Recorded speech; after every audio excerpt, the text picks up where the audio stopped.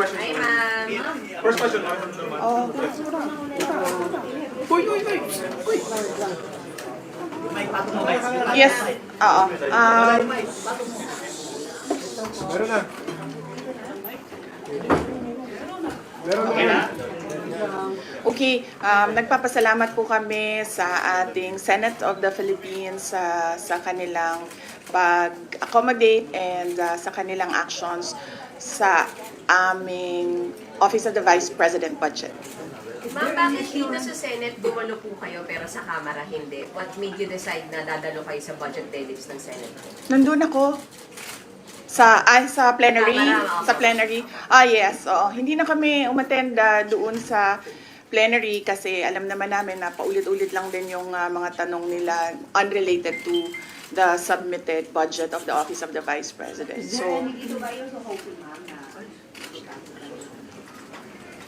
of course, lahat ng personnel ng Office of the Vice President are hopeful na madagdagan yung budget dahil yun nga, na-explain naman kanina sa statement ni Senator Bongo na gusto naman din talaga magtrabaho ng lahat. And kung walang budget, walang project, wala din silang gagawin. At meron ding mga personnel na mawawalan ng trabaho kapag tinanggal yung budget para sa kanilang sweldo. Malaking bagay ba na nabalik, ma'am?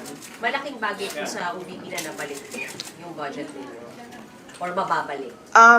Of course, yes. Kung mababalik siya, malaking bagay siya. Dahil hindi namin hihindian yung mga lalapit sa opisina namin para humingi ng tulong, particularly yung medical and burial assistance dahil yun talaga yung pinaka marami na mga requests na lumalapit sa Office of the Vice President. May commitment po ba ang Senate leadership na ibabalik yung tinapos na pondo ng OVP?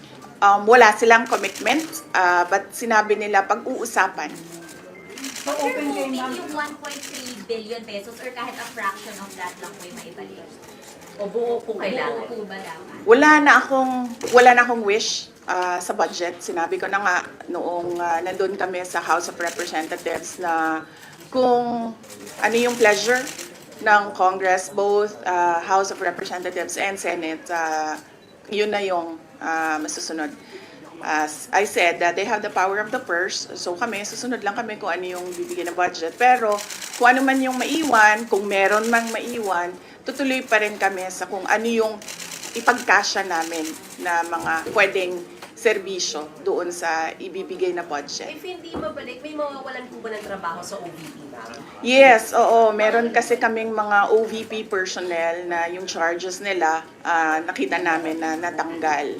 Yung budget source nila natanggal. So, meron talagang mga OVP personnel, particularly sa satellite offices na mawawalan ng trabaho. Marami-rami din yun. Pero, How many are we looking at, ma'am?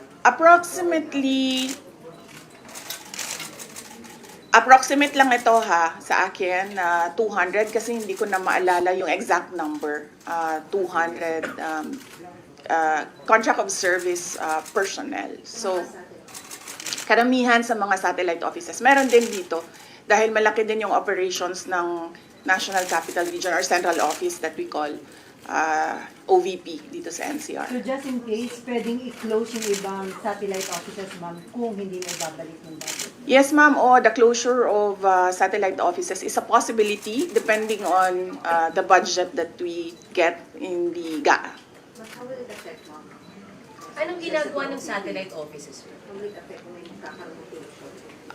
How will it affect? Well, mahirapan kami. Kasi ngayon, napapabilis yung pagbaba namin ng aming mga projects dahil meron kaming satellite offices. Kumbaga, pag tapon namin ng funding doon sa kanila, merong opisina na sumasalo at gumagamit nung budget, nag-i-implement nung project. Pag nagsara yung satellite office, wala nang tao na tatanggap nung budget at mag-implement nung project. Would you care to comment about President Duterte po na humaharap kayo sa investigasyon ng Kamara? Wala. Hindi pa kami nagkausap ni President Duterte and hindi ako nanood noong hearing ngayon sa House of Representatives kasi nag-prepare kami. We did not know what will happen in the Senate OVP budget hearing, so we were preparing for that. What do you intend to watch, ma'am, after? We'll see. We'll see. Maganda yung data ko. Ubus na ata yung data ko eh. What was your take, ma'am, na you attended the part? Well, ang pag-attend naman sa hearing, tulad ng sa nangyayari sa amin sa Office of the Vice President, as a personal decision talaga ng tao na inimbita, no? Tulad sa amin, yung iba gusto pumunta, yung iba inuuna nila yung trabaho nila. So, pero sinasabi naman nila, ini-explain nila ng maayos kung bakit makakarating or hindi makakarating. And nagko-cooperate naman yung pumupunta. So, it's a personal decision kung mag-attend or Do hindi. you expect a fair hearing for your father sa Quadcom? Of course not. No, I do not expect fairness. Last question, please. Ma'am, how do you, Why, ma'am? Ma'am, why po? Because it's clearly a political persecution. Nakita ko na nga, ilang beses ko na inulit, no? Last year pa lang, even if approved naman sa NEP yung budget ng OVP, pagdating namin sa House of Representatives, binanatan kami ng binanatan, pinalabasan kami ng AOM, ng COA, sunod-sunod. And then, ngayon, nakita natin, yung budget hearing namin, yung mga tanong, hindi naman related sa mga proposals namin ng mga projects. Related siya sa confidential funds. So, nandun pa rin yung storyline nila na attack sa confidential funds. And,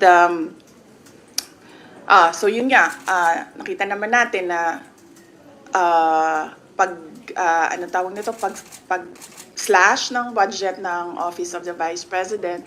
At hindi lang yan, madaming naaapektuhan at madami ang mga tao na nakapalibot sa amin na hinaharas, pinapahirapan, mga ganon. But then again, sa akin, I'm a politician. That is okay with me. Kasama yan sa trabaho ko. Ang hindi ko lang gusto dito is nadadama yung mga ordinary employees, particularly ng Office of the Vice President and yung mga kaibigan. Pagdating naman kay President Duterte, this is, yung sa kanya naman is yung paghahabol sa kanya ng ICC, paghahabol sa kanya sa alleged EJ case nung administration niya. Bakit? Well, one would think siguro kapag hinahabol ka, meron silang gusto na mawala sa iyo. Do you worry about that? Considering his age, do you worry about the former president? Do I worry about the former president? I don't think na pupunta siya dyan kung sa tingin niya hindi niya kaya or mahina siya health-wise. So, he'll be okay. Ma'am, sorry, bakit tingin nyo hindi magkakaroon ng fair hearing si Pangulo sa Quadcom? Why do you think it will not be fair? Tulad na lang din ng experience namin sa House of Representatives, no? They use the rules according to their pleasure. Yung rules ng House of Representatives. Makikita natin na kahit unconstitutional na yung rules ay ginagamit pa rin. Kahit wala sa rules ay gumagawa sila ng rules as they go along, as they do their hearings. In fact, the very reason kung bakit hindi ako nag-oath noong first time ako umattend ng kanilang hearing, because their rules do not require an oath for a resource person. Clear doon sa rules nila. Nakalagay doon, witnesses lang ang nag-o-oath. Pagkalagay naman nila sa akin doon, resource person. So, makikita mo, ako, kasi ako wala namang mawawala sa akin. So, I can stand my ground and say na no, hindi ako mag-oath. Pero yung mga maliliit na tao, na ordinary employees na tinatakot, pinapahiya, syempre, they cannot say, oh, no, I will not take my oath because hindi naman required ng rules yan. Wala nang rules doon, kung makikita ninyo. Wala nang rules doon sa House of Representatives. In fact, Last question, can you wrap up your question? Ma'am, Yes. sabi po ni former President Duterte sa House, dapat nga daw po madaliin na or hurry up dun sa ICC. How should we interpret that? Exactly as it is. Gusto niya na siguro na ipagsabay na yung investigation ng Quadcom sa EJK and ng ICC sa EJK para siguro magawa na at matapos na. But does that mean kinikilala niya na yung jurisdiction ng ICC? Well, that I do not know. That is a question that has to be answered by the lawyer of former president. Ma'am, did you at least try to Thank you. discourage him Ma'am. from attending? Ma'am, isa lang. Yes. Final na po ba hindi kayo pupunta talaga sa hearing ng House? Hindi na nila ako iniimbita. The last time na inimbita nila ako was yung first. Hindi nga ata ako inimbita eh. Inimbita ba ako nung first? Parang hindi, no? Pero pag inimbita Nung kayo first ba, lang, the very first hearing na imbita ako. And then after nun, I've not received invitations from the Good Governance Committee. But if they invite you, ma'am? Well, depende. Kung ano na naman yung mga tanong nila. We've been asking them kung ano ba talaga yung legislation na kinakraft nila. And hanggang ngayon, wala naman silang sinasabi kung ano yung legislation in aid of legislation nila dyan. Okay, yes. Last. Ma'am, you have mentioned First Lady Lisa Marcos now in your previous press conference, I think twice or thrice. What exactly is the role of the First Lady sa panghaharas po sa inyo?